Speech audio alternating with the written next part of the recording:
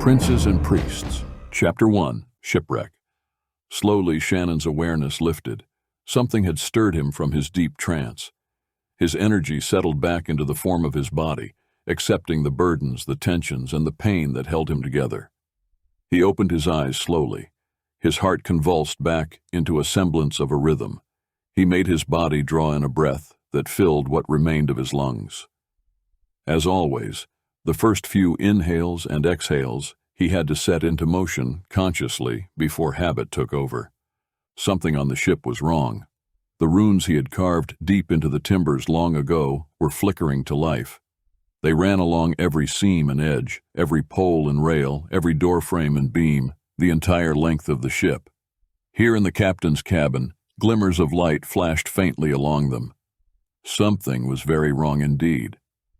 He rose from his chair with the grace that whispered of his ancient race. At the door, Shannon paused before stepping out. Beyond the walls of the unlit and shielded cabin, the world pressed against him like the brilliant sun and heat of a desert. He gave himself a moment to adjust to the energies. He closed the door softly behind him. To him, the world was more light and energy than solid matter. He saw people as glowing matrices of life and thought, emotion and heritage, all spun together into form. All things, sky and water, wood and stone, blood and bone, all were made of energy. Wizards had to shift sight to see the world as he did. He had to shift his own to see the mundane world as mortals did.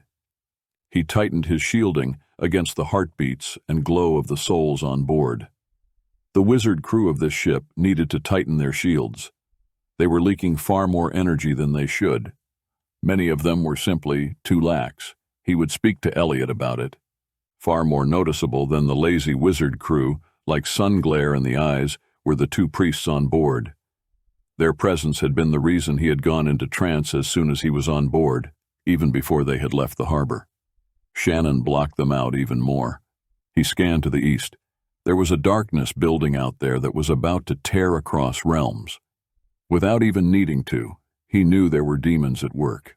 There was a lot of them, and they were working together. Shannon cut across the main deck toward Elliot. The captain was dressed as flamboyantly as a drunken dwarf might be. Elliot was hard to miss. Between his face and his clothes, he looked like some hero from a Ramdellin romance novel. His brilliant yellow coat was long and studded with black diamonds, green opals, and griffin quills. He could have bought a small kingdom with that coat, if he had wished for such. Instead, he wore it day to day, as most men would wear plain cotton. Captain Elliot's daily wardrobe didn't stop there. His ears, wrists, and waist held a king's treasury worth of gems, gold, and silver. The captain had faced a lot of things, but poverty was not something he had ever suffered. Shannon had warned Elliot that such an arrogant show of wealth might hurt him one day. Of all the advice Elliot had ever taken from his uncle over the years, humility was not one. A full-blooded Purton, Elliot was one of the last members of Shannon's family. The captain had no idea what that meant. No one did, and Shannon worked hard to keep it that way. His bloodline also made him stunningly good-looking. His long black hair fell in coils that seemed too perfect to be natural or wind-tossed. His blue eyes caught and held attention, often making men back down. But women tended to fall in love easily with those eyes. His racial features and agility were famous among the pirates of the world, and for good reason. Shannon had magic to keep eyes from noticing him, but Elliot did not, and it worried Shannon every time he was reminded at how remarkable his nephew was. Elliot was on the quarterdeck talking to his first officer with a scowl and a hint of annoyance. He was in a short temper. Likely he felt what was building to the east, but on such a subconscious level, he had no idea why he was so agitated. Elliot wore very powerful and complex shields that Shannon had put on him over a decade ago. Barely a hint of Elliot's energy escaped those shields, and what did escape made him look like a simple man, with nothing more remarkable to him than his blue eyes and black hair. The shields were solidly protecting him from attack, but unfortunately blocked certain insights he might otherwise pick up on. "Uncle," Elliot said. stopping the conversation with the first mate and turning to Shannon. He knew something was wrong. Once Shannon went into trance on a trip, he stayed there until they came to harbor. It was simply best for everyone if he did. His tolerance was far too short and his rules much too harsh for most men. When Shannon was on deck, men died and all the crew knew it. Tori quickly moved to the far side of the deck. Shannon looked from the energy he could see building to the northeast. Mortal eyes would not see what he could. The power had not torn through realms yet, but when it did, it was going to be impressive. "There is a dark wind to the east," Shannon said simply. Elliot looked, but his eyes only saw blue sky. To all reason, it seemed that the weather was perfect, but Elliot had learned to trust Shannon. Not so long ago, Elliot had been as difficult and arrogant as his father had not been. That had changed when Elliot had been attacked by the elven priesthood, and Shannon had been his only ally, appearing seemingly out of nowhere. Shannon had stood between a beaten Elliot and the elves who had killed his entire crew, stolen his wife, and were out to destroy his small son. In that moment, Elliot had seen a hint of the power in the man he knew as his uncle. When Shannon had pulled Elliot's son Dave from the hands of an elf bent on the destruction of the boy's soul and had healed the wounds inflicted on the two of them, Elliot's eyes had been opened. Elliot had seen the depth of the vast magics Shannon held, as well as his love and concern for Elliot and his son. Everything had changed between them. "Drop anchor or try to outrun it?" Elliot asked softly. "We will have to cut west a good ways to catch the current and wind to have a hope to outrun a storm." If the storm was being created by elves, or just about anything else for that matter, Shannon would have said to cut back toward the coast and drop anchor. He could hold out against almost any attack, but this storm was spinning with Jerome's cursed energy. "Outrun it, Elliot. There is no other option." Elliot didn't ask for explanations or hesitate. He shouted out orders. Lifting his hand, he brought the runes carved into the masts of the ship to full power. As they flushed with power, the ship lurched forward, and the sails actually fell limp as the following wind was equaled by the ship's forward momentum. Over the captain's door were carved very specific magics that would blur and confuse all magic signatures on board. With a glance, Shannon activated the highly illegal glyphs. With priests on board, it was better to be certain that they could not pinpoint who was doing what. Much of what this ship might require to outrun the storm would be outlawed, and if Shannon had to use any magic of his own, he would rather have it all confused and muffled from the senses of any passengers. It was unlikely either of the priests would know how to look for the glyphs, and less likely to know how to take them down. Elliot, as the ship's captain, would have the legal right to protect his ship from the storm, but the rest of the crew, including Dave or Shannon, would not be exempt from prosecution for using magics. It was better to take precautions now. Spells active, Shannon crossed the decks toward the forecastle. It would be better to be on a higher deck to watch the sky as things came at them. It had been a long time since Jerome had made any motion against him, but it had also been a long time since Shannon had left Norwood. Shannon couldn't help but worry that Jerome had somehow figured out why this ship was the one Shannon always chose. This was not going to be easy or pleasant for anyone. Racing across the deck, a small boy almost ran into his legs. Shannon had to catch the child to not step on him. The moment Shannon lifted the small weight off the deck, he felt suddenly off balance, and almost as if he knew the soul inside the fragile body in his hands. It lasted only a flicker of a moment, and the feeling passed. Trying to place how he might know the boy, or some relation of his, Shannon set him back on his feet. Shannon had barely let go of the boy when his mother caught him back, a protective hand on her son's chest, pulling him to her legs. She seemed a simple woman at a glance.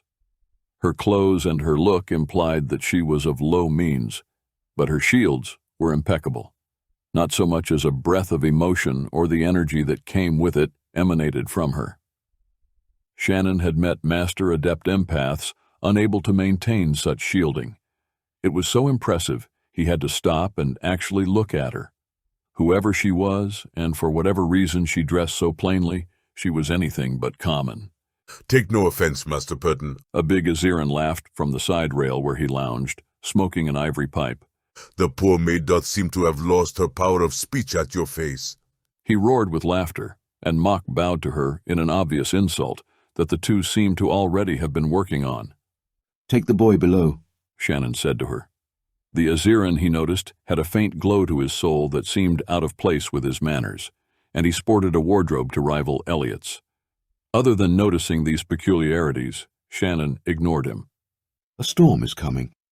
He stepped past the woman and her child to get to the next deck level. He had no time to even be curious who these two were. The chance they would live through the day was slim, and they meant nothing to him. Go to hell, Ivan, he heard the woman mutter in common trade. Never seen a Purton before. Ivan teased her further, but Shannon's focus was on the gathering storm, and he paid no attention to the two in their conversation. David, He said, spotting Elliot's son, hauling on ropes with the men. go help the captain.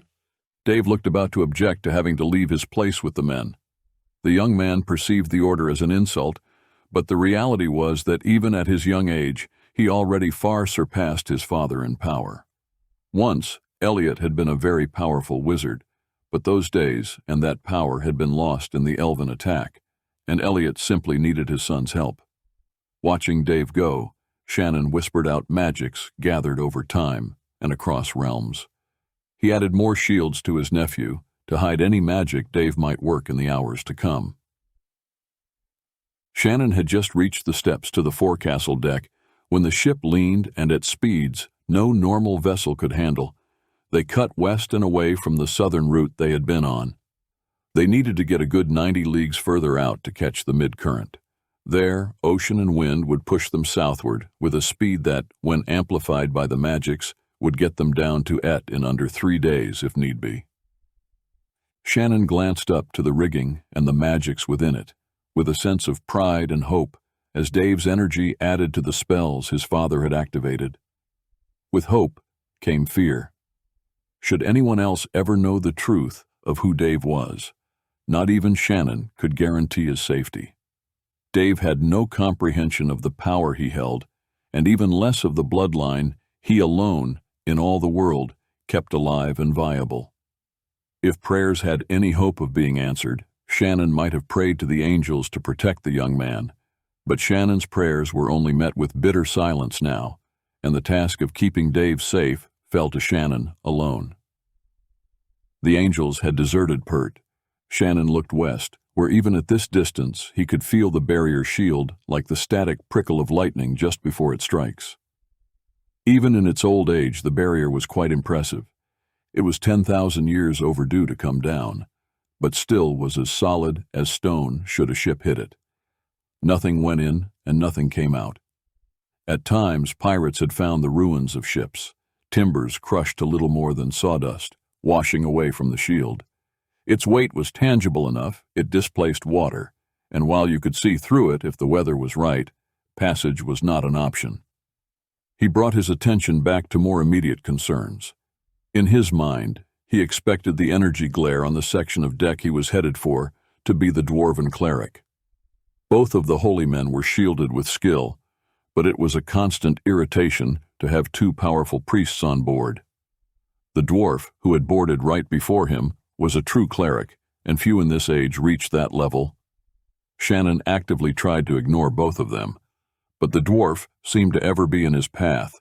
Shannon's foot hit the deck a little hard, and for a moment he felt a sick twist to his tension about the oncoming storm. It was not the dwarf whose energy he was feeling so strongly, and there was more to this building storm than just a random attack by Jerome. This attack had to be triggered by Shannon's proximity to Oirion. For a moment, Shannon thought he had to be wrong about this storm.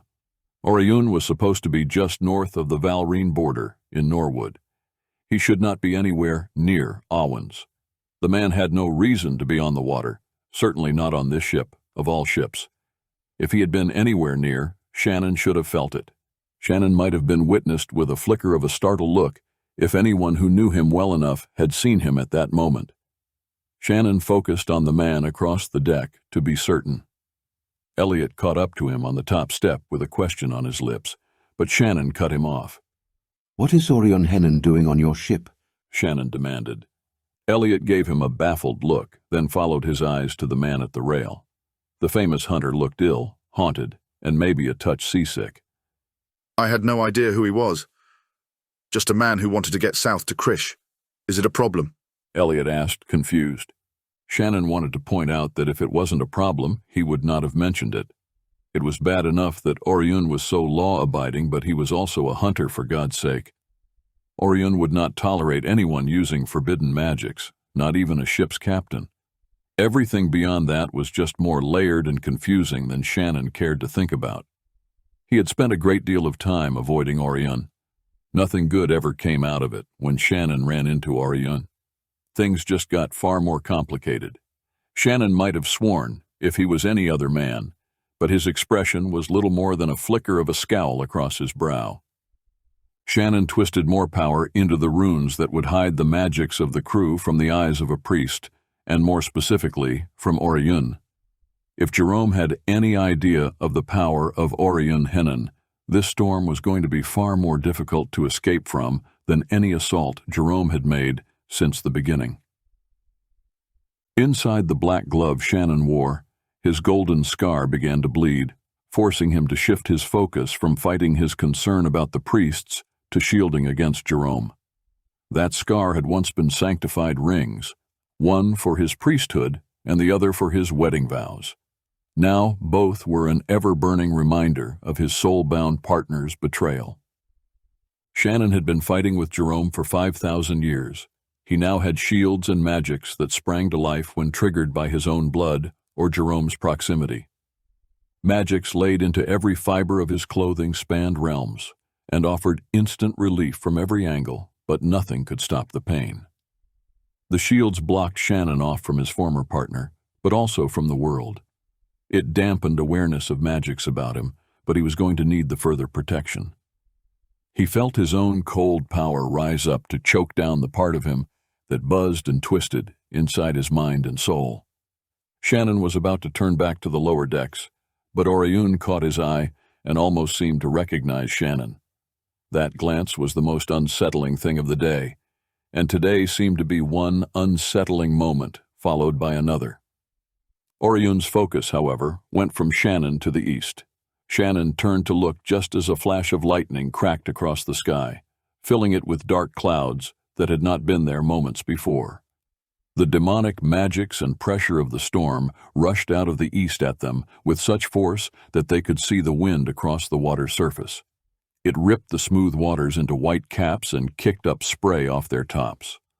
Lightning began to flicker in the dark clouds that were rushing at them. Shannon shifted his footing and reached out ever so gently, lest the priests feel any hint of his magics. He took hold of the crew, spinning their emotions into wards of protection against the evil in that wind, but also into strength. Shannon would be able to keep them on their feet for however long it took for them to outrun Jerome and his minions. Elliot roared orders. Shannon held the rail, his mind on the magics he was working. "That can't be natural," Oirion said, joining Shannon on the steps down to the main deck. Get below, Father, Elliot ordered Oirion. Things are about to get a little rough.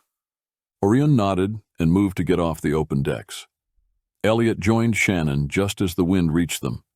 Shannon was aware of Oirion staggering at the force generated by the wind hitting the ship, but Shannon's shields held. The hunter had to feel the dark stain in the magic behind that storm, and if he had not felt seasick before, he certainly would feel ill now. Elliot swore and rushed to command his crew. Shannon set his feet and turned his attention to the crew and the magics they would depend on. The ship shuddered and strained. Waves slammed up over the aft. The sea rolled upward, and for a moment, Shannon was looking directly down at nothing but a seeming chasm of dark magics and blowing water.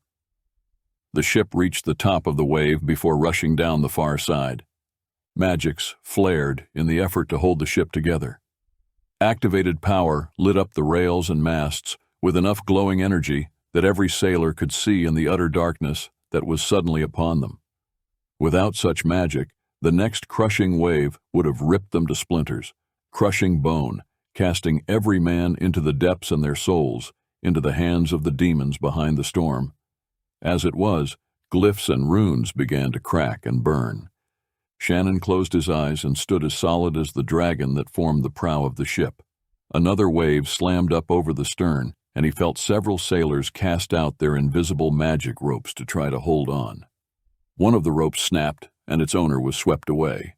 It was not a good start to what promised to be a very long trial. Silence descended in Shannon's mind. All his focus was on the magics he held in his hands.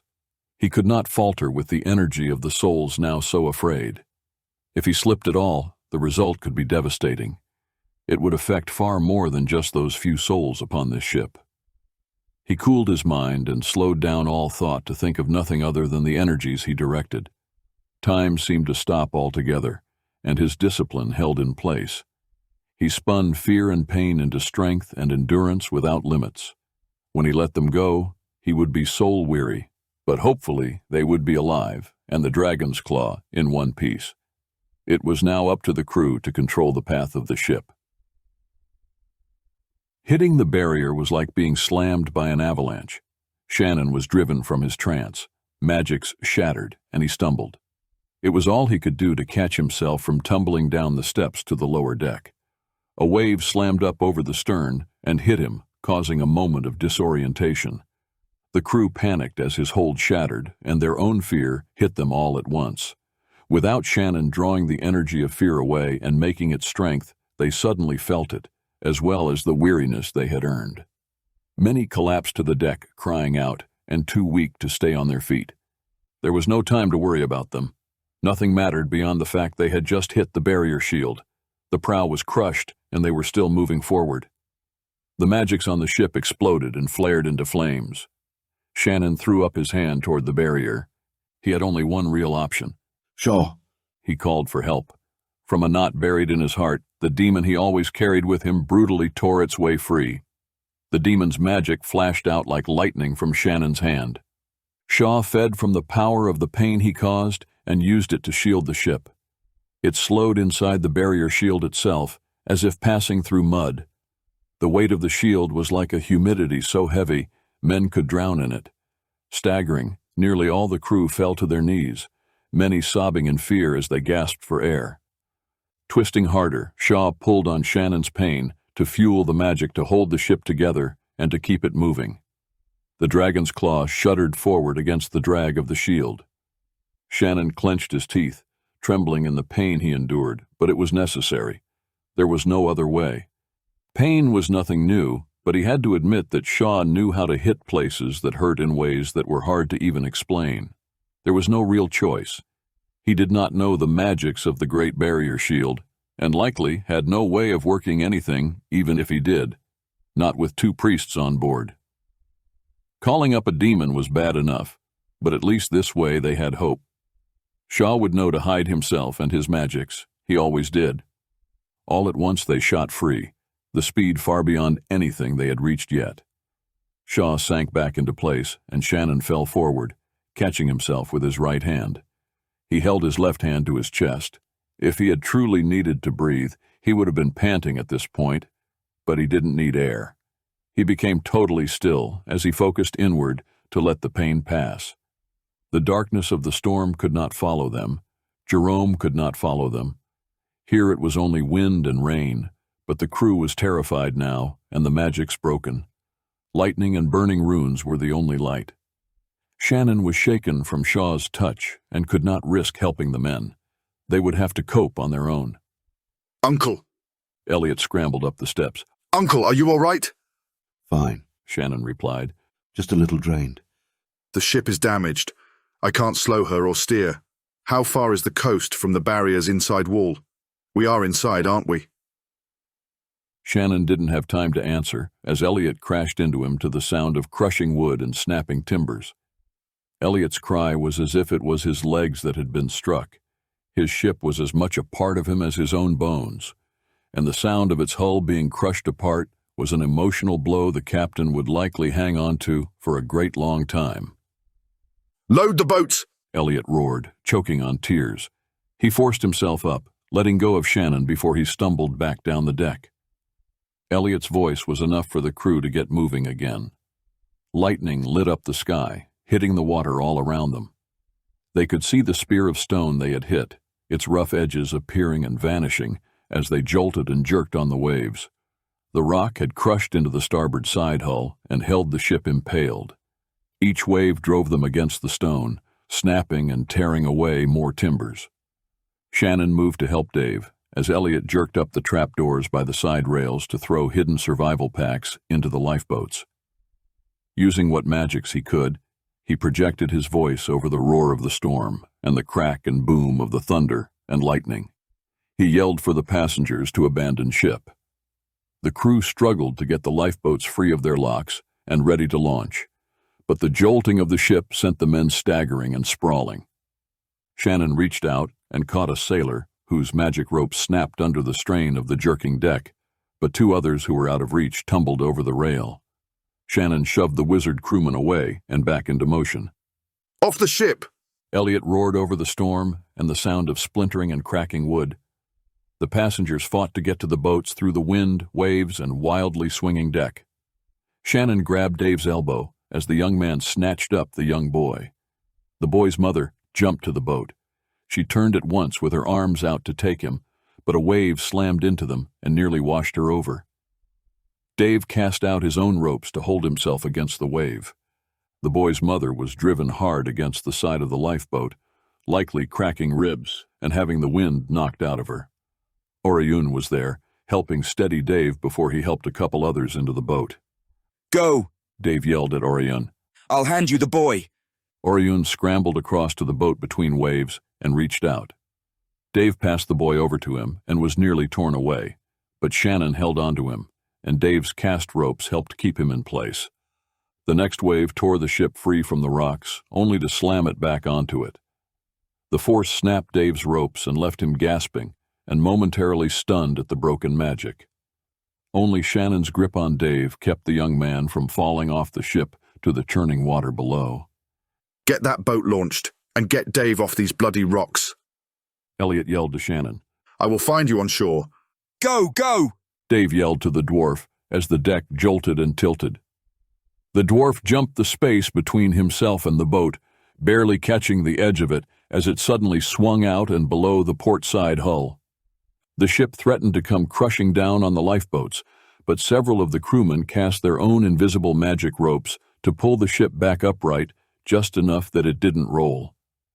Shannon could feel the strain of the few men who were able to hold such weight with their magic. It wouldn't last. As the dwarf scrambled into the lifeboat, Shannon all but threw Dave after him. Dave was about to object, but Shannon was in no mood to argue, and Dave saw it in his face. Shannon followed his heir, easily stepping over others to get to the stern. Water crashed up from under the lifeboat, almost tipping it over. The dwarven cleric threw out magic and held the boat safe, but nearly blinded Shannon. It took him a moment to blink past the effects of the divine magics. Shannon reached for the pulley's brake clamp to set them rolling down. He had just grabbed the rope when the big Oirion jumped in the boat as well. His weight made the rope slip as one of the brakes broke and popped open. One end of the boat went down while the other held. Any other man would have had the flesh stripped from his hands, but Shannon's gloves were far more than just leather, and his strength far beyond a mortal man. He caught them from dumping out and crashing down on the rocks below. They swung on the uneven rope with Oirion and the woman both falling into Shannon. He couldn't risk letting go of the rope to help them, but both managed to get their footing. Oirion grabbed the side of the boat and caught the front of Shannon's tunic, his fingers finding a grip at the arm seam. Oirion pulled back to support Shannon against the lean of the lifeboat, as well as the woman's weight. Shannon was a little impressed by Orion's effort to aid him. The grip on him might have meant life or death to another man, but for Shannon it wasn't truly necessary. A big woman, nearly as large as the Oirion, fought her way to the prow of the lifeboat and grabbed the other rope to untangle it. It took her several tries, jerking hard with her massive strength on the rope. She got it free, and they leveled out just as the ship tried to roll on them again. Pull us out. Shannon ordered Dave. Dave cast out a magic rope, safe from detection under Shannon's shields, and pulled them away from the ship's hull, looming over them. They swung away from the ship, and the thick ropes whipped free of the pulleys. They hit the water hard, but again the dwarf held the boat from rolling or tipping over with his own form of magic. Oirion saved a young screaming noblewoman from going overboard as Shannon caught the mother who held her son tightly in her arms. Waves picked them up, threatening to drown them. Shannon dared not let go of the woman and her child, or they would go over. He almost reached for another passenger as a cold wave hit them, but he was too far away to aid. The young man went over and was out of sight almost at once. Through the rain, they caught flashes of the ship with its glowing runes and the fires that had started with the exploding magics. Soon even that was lost to the waves, which seemed to have grown worse. The only light was the lightning above, and most of that was blocked by the drenching rain and crashing waves. The storm did not abate, but pounded them without mercy. Shannon was vaguely aware that the boy, who was sheltered between his mother and Shannon, had shields of her making of even more skill than what she wore herself. There was power in the two of them, and he knew in his mind that he should not be anywhere near them, let alone hold them in his arms, but as waves threatened to tear them away, he dared not let go. Rarely was he able to be near any living soul without feeling their energy and emotions, but these two were perfectly shielded to allow him to shelter them. He could save them and would as long as Dave was safe. There were others, though, that lost strength and were torn from the small boat. Shannon let them go. Even with the storm, he could feel their life and energy drain away below the waves. Not only them, but members of Elliot's crew flickered out. Waves pulled Elliot's energy signature eastward, further and further from Shannon and the boat of passengers. If Elliot was on a lifeboat or clinging to flotsam, Shannon had no way of knowing. They had made it through the barrier against all odds, but now what? Shannon tried not to think about what would meet them on the shore. He tightened his shields and began to slowly gather in the fear and pain generated by the dozen people in the boat.